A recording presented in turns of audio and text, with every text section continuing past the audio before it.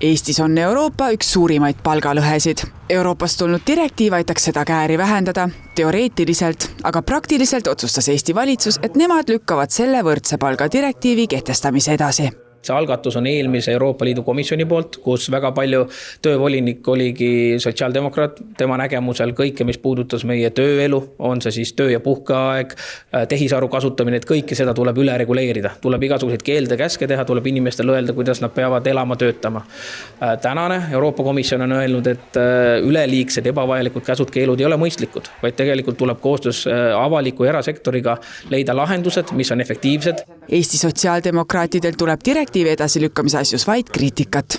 Praegu valitsus on läinud seda teed, et neil on see ettevõtjate nõukoda, kust on tulnud tõesti väga häid ettepanekuid, aga nad on ära unustanud, et Eesti riigis peale ettevõtjate on väga palju teisi huvipooli ja teisi inimesi või need, kes kellel on probleemid ja kelle probleeme on vaja lahendada. Et kui me vaatame suures pildis, kuhu poole Eesti liikumas on, siis see ei ole midagi head. Et ma ei tea, kuidas on õnnestunud Reformierakonnal ka nüüd see, et kui nad varem ütlesid, et nad on liberaalne erakond, et siis nad on EKRE light, sisuliselt nii. Meie sõnum on, et me eesmärki toetame, aga palun tehke see lihtsamaks nii, et see ei oleks liiga keeruline Eesti inimeste Eesti ettevõtjatele teha. Nii et sellega võib arvestada, et jah, eesmärk on meil arusaadav, aga tehke lihtsalt lihtsamaks, ärge keeruliselt tehke. Mida me siin edasi lükkame, milles on tegelikult probleem? Probleem ei ole aruandluses, probleem on pigem selles, et me ei taha seda, tööandjad ei taha infot töötajatele anda, nad ei taha, et töötajatel oleks õigus sekkuda palgasüsteemide kujundamisse. Tahetakse jätkata nii nagu praegu, et mina otsustan ja teie polge rahul. Et sooline palgalõhe Eestis probleemiks on, seda tunnistavad kõik poliitikud. Asi on aastatega küll veidi paranenud, kuid meil on veel pikk tee minna.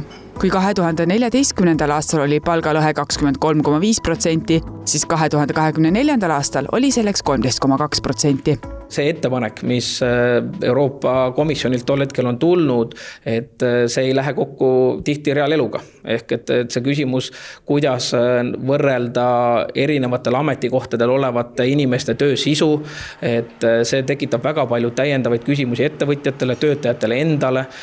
Kui küsimus on, et hakatakse võrdlema kolleegide palkasi, see võib tekitada töökollektiivis, ma ei tea, rahulolematust, ebakõla.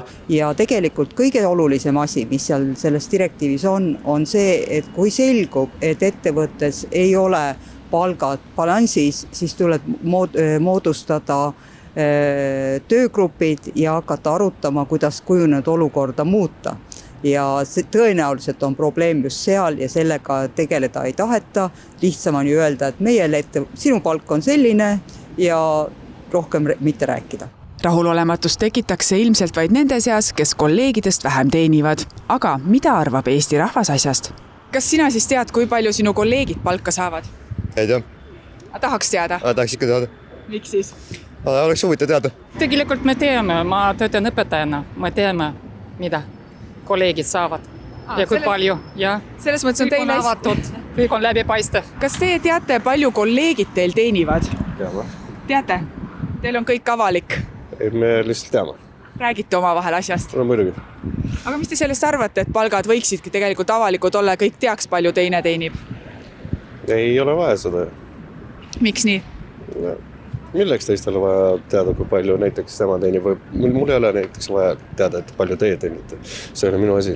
Ma arvan, et kõik peaks olema läbipaistev ja kõik peaksid teadma, mida teised saavad. No selleks ma arvan, et ausalt ikka, kes teenib rohkem, kes vähem, võiks ka võrdsuses olla. Üks, mida direktiiv muudaks, oleks tööandjate kohustus juba töökuulutust avalikustades teada anda palgavahemik. Nii ei tekiks olukord, kus üks töötaja saab oluliselt vähem palka kui teine. Teine punkt on, et töövestlusel ei võiks eelneva palga kohta aru pärida. Seda ei tohiks tegelikult ka juba praegu tööandja teha. Erkki Keldo rõhub sellele, et direktiiv suurendaks halduskoormust ning ei oleks nii kiiresti tehtav. See on jälle siis Keldo tegelikult tegemata töö või ma ei tea, kus kohas ametkonnast, et kui me teame, et sellised asjad juhtuvad, nad ei juhtu 1 aastaga, see on pikk aeg, siis me saame öelda ettevõtjatele, et hakake valmistuma, siin on mõned asjad vaja teha.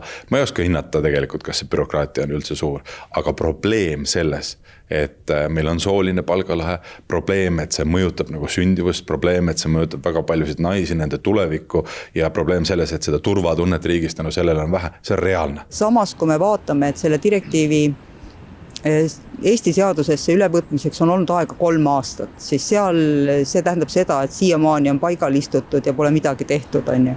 Fakt on, et Eesti peab vestlusi Euroopa Komisjoniga direktiivi edasilükkamise asjus, millal päriselt ettevõtjad enda palkasid avalikustama peavad, seda näitab aeg.